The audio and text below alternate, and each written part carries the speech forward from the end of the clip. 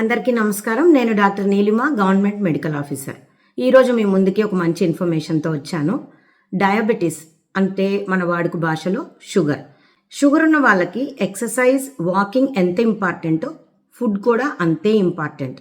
మరి షుగర్ ఉన్న వాళ్ళు కంప్లీట్గా స్వీట్స్, షుగరు మానేస్తుంటారు, మిగతా అన్నీ కూడా తింటూ ఉంటారు.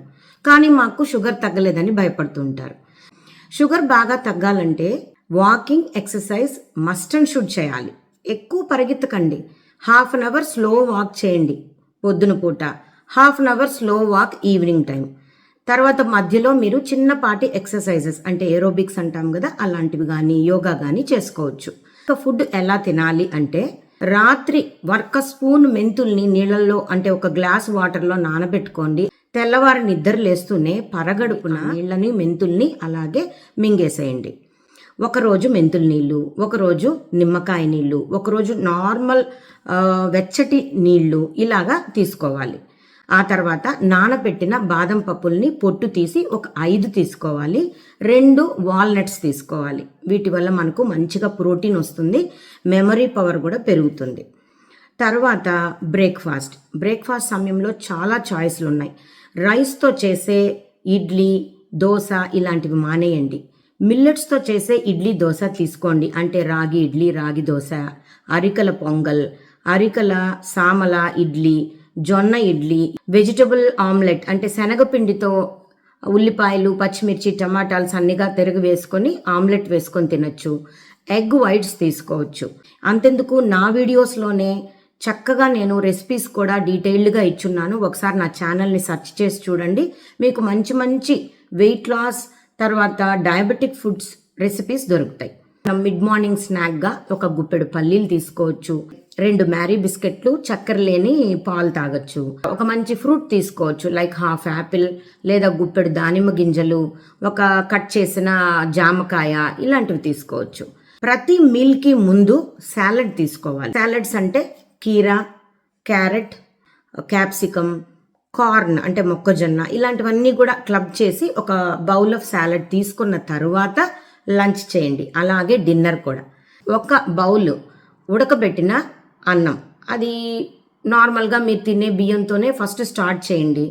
కొన్ని రోజుల తర్వాత షుగర్ లెవెల్స్ చూసుకొని తగ్గకపోతే కంప్లీట్గా మనం పాలిష్ రైస్ని స్కిప్ చేసి బాయిల్డ్ రైస్ అంటాం కదా, ఉప్పుడు బియ్యం తినచ్చు. లో గ్లైసిమిక్ ఇండెక్స్ రైస్ అని ఇప్పుడు సూపర్ బజార్స్లో కూడా దొరుకుతోంది, అది తినచ్చు. మిల్లెట్స్ తినచ్చు. అరికలు, సామలు, కొర్రలు ఇలాంటివి ముందు రోజే నానబెట్టుకొని చక్కగా వండుకొని తినచ్చు. తర్వాత విరివిగా మీరు అన్ని కూరగాయలు తినచ్చు. కొద్దిగా తగ్గించాల్సిన కూరగాయలు ఉర్లగడ్డ, ఆలు అంటాం కదా, అది గనిసిగడ్డ, కందగడ్డ. ఈ గడ్డ కూరలను కంప్లీట్గా మానేయలేకపోయినా వారానికి 1సారి తీసుకోవచ్చు. మానేస్తే ఇంకా మంచిది. ఇక ఈవినింగ్ స్నాక్గా చాలా ఆప్షన్స్ ఉన్నాయి. నేను ఎన్నో చెప్పాను, లైక్ పూల్ మక్కన అంటాం. దాన్ని లైట్గా సాల్ట్, పెప్పర్ వేసి నేతిలో రోస్ట్ చేసుకుంటే పాప్కార్న్ లాగొస్తుంది, అది చాలా మంచిది. అలాగే పాప్కార్న్ తినచ్చు.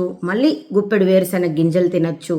లేదా మిక్చర్, కొంచెం ఆయిల్ తక్కువగా ఉండే మిక్చర్ తీసుకొని దాంట్లో సన్నగా టమోటా, ఎర్రగడ్డ ఇలాంటివి తరుక్కొని కొత్తిమీర, నిమ్మకాయ చల్లుకొని తింటే చాలా బాగుంటుంది. మొక్కజొన్న ఉడకబెట్టుకొని తినచ్చు.